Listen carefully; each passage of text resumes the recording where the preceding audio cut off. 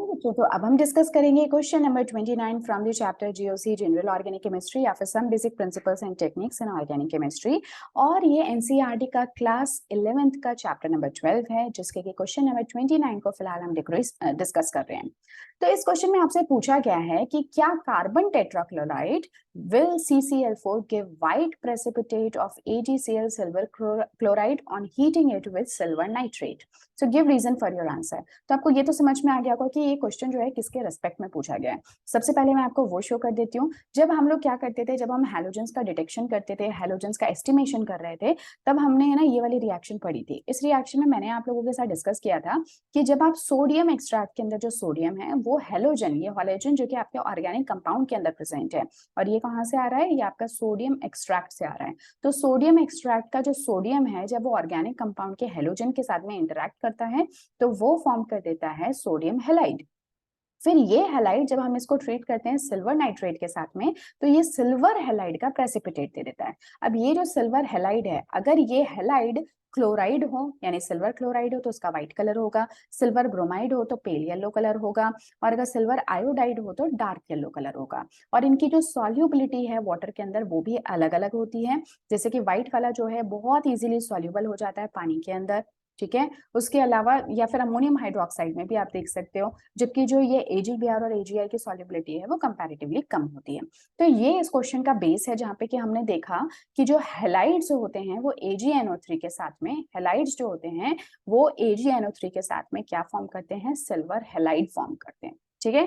तो ये इसका बेस है। अब देखो इसी के रिस्पेक्ट में ये क्वेश्चन जो है वो पूछा जा रहा है कि क्या जो आपका CCl4 है, कार्बन टेट्राक्लोराइड है, क्या वो भी AgCl का प्रेसिपिटेट देगा सिल्वर नाइट्रेट के साथ। यानी कि मैं आपको शो कर देती हूँ, ये है CCl4, अब मैंने इसको AgNO3 के साथ में ट्रीट किया, तो इनका क्वेश्चन है कि क्या ये भी पिछले वाले केस की तरह है, जैसे हैलाइड्स रिएक्शन AgNO3 के साथ करते थे, तो क्या ये भी आपको AgCl दे देगा और यहाँ पे NO3 माइनस रिलीज हो जाएगा, क्या ऐसा होगा। तो आपका आंसर होना चाहिए कि यहाँ कोई AgCl कभी भी फॉर्म नहीं होने वाला, ठीक है।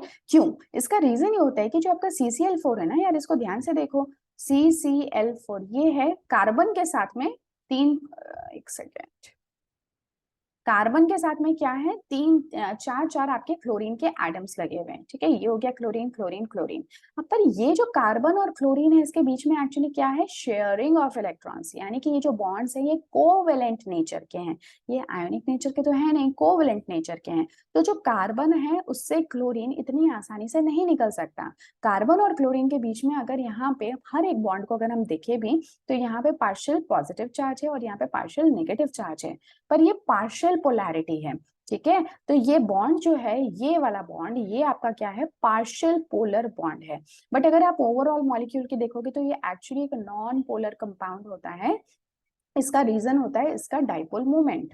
जो रिजल्टेंट डाइपोल मोमेंट है वो कुछ इस तरह का है कि जो पूरी पोलैरिटी है वो इसकी डिस्टर्ब हो जाती है, खत्म हो जाती है बिकॉज ऑफ द बॉन्ड्स। तो इसको हम कुछ इस तरह से शो कर सकते हैं, जैसे कि मैं यहाँ पे दिखा देती हूँ फॉर अ डिफरेंट कलर।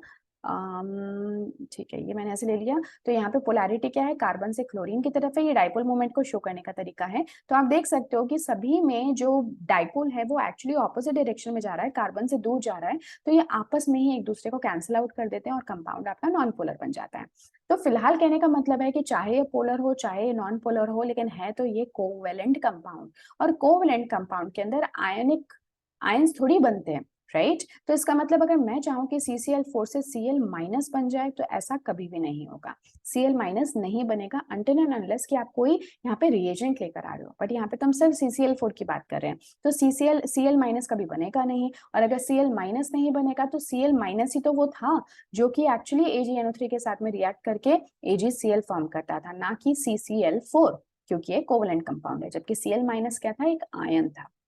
तो इस वजह से कभी भी रिएक्शन नहीं होगी और AgCl का प्रेसिपिटेट आपको यहाँ पे कभी भी फॉर्म होता हुआ नहीं दिखेगा, ठीक है।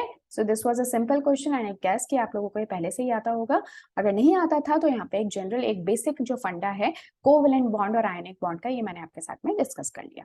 तो ये था आपका क्वेश्चन नंबर 29। अब मिलेंगे क्वेश्चन नंबर 30 के साथ में। उससे पहले एक छोटी सी रिक्वेस्ट है कि अगर आप कंटिन्यूअसली इस चैनल पे बार-बार आ रहे हैं और अपने डाउट्स को सॉल्व कर पा रहे हैं, हाल-फिलहाल के लिए हमने ऑर्गेनिक केमिस्ट्री को स्टार्ट किया है और इससे आपके अंदर कहीं पे कुछ बूस्ट आया है, कुछ आपकी नॉलेज बढ़ी है, तो एक छोटा-सा काम आप यहाँ पे करते जाइए कि प्लीज़ इस चैनल को सब्सक्राइब कर लो। इस चैनल को सब्सक्राइब करने से एक विन-विन सिचुएशन होगी।